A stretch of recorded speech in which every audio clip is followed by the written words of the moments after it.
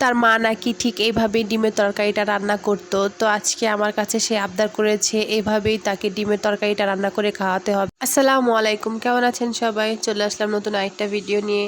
তো আজকে আমি খুব মজা করে একটা ডিমের তরকারি রান্না করব। তো প্রথমেই এখানে আমি 2টা ডিম নিয়েছি। এখন একটা বাটিতে ডিম 2টা আমি ভেঙে নিব আর সামান্য একটু লবণ দিয়ে ডিম 2টাকে আমি খুব ভালোভাবে ফেটিয়ে নিব।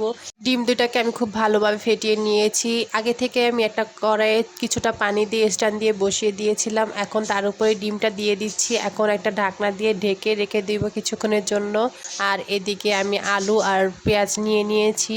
ডিমের তরকারিতে তো আলু ছাড়া হবেই না, তার জন্য আলুও দিব। আলুটাকে আমি খুব ভালোভাবে ছুলে তারপর ছোট ছোট করে কেটে নিয়েছি। আর এখন আমি পেঁয়াজটাকেও একটু কুচি কুচি করে কেটে নিব। হঠাৎ করে সে এসে আমাকে বলছে তার মা নাকি এভাবে ডিম তরকারিটা রান্না করতো আর তার কাছে খুব পছন্দের ছিল। তো সেজন্য আমাকেও আজকে রান্না করে দিতে বলল।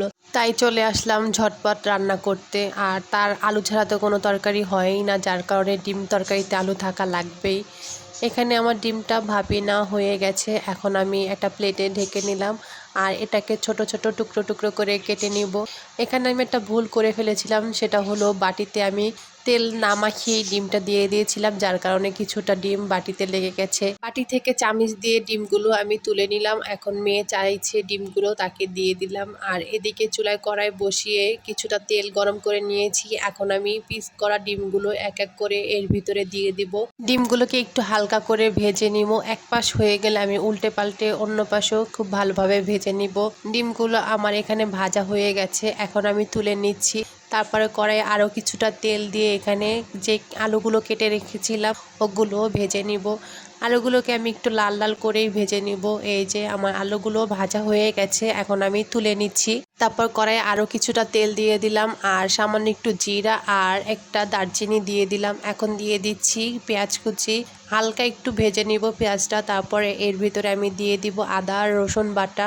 আদা রসুন বাটাটা একটু ভেজে নিব যাতে কাঁচা গন্ধটা চলে যায়। তারপরে আমি সামান্য একটু পানি দিয়ে দিব সব গুঁড়ো মশলা, হলুদ, ধনিয়া, মরিচ, লবণ পরিমাণ মতো সব দিয়ে এখন আমি মশলাটাকে একটু ঢেকে দিব।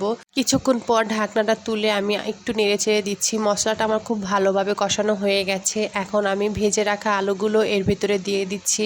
এখন নেড়ে চেড়ে খুব ভালোভাবে মশলার সাথে মিশিয়ে কিছুটা পানি দিয়ে ঢাকনা দিয়ে ঢেকে দিচ্ছি। আলুগুলোকে আমি খুব ভালোভাবে এখানে কষিয়ে নিব। তো কিছুক্ষণ পর ঢাকনাটা তুলে আবার নেড়ে চেড়ে দিচ্ছি। আলুটা আমার ভালোভাবে সিদ্ধ হয়ে গেছে। এখন পরিমাণ মতো এখানে ঝোল দিয়ে দিচ্ছি। ঝোলটা ফুটে আসলে এখানে আমি ভেজে রাখা ডিমগুলো দিয়ে দিচ্ছি। কিছুক্ষণ রান্না করে উপর দিয়ে আমি কিছুটা জিরা গুঁড়া দিয়ে দিলাম। আর তরকারিটা আমার হয়ে এসেছে, এখন আমি চুলা থেকে নামিয়ে নেব। সে তো অপেক্ষা করতে করতে শেষ, কখন খাবে, তো তার জন্য এখানে তাকে খেতে দিয়ে দিলাম। আর আপনাদের কাছেও কেমন লেগেছে রান্নাটা সবাই কমেন্ট করে জানাবেন। আজকে এই পর্যন্তই, ভালো থাকবেন, আল্লাহ হাফেজ।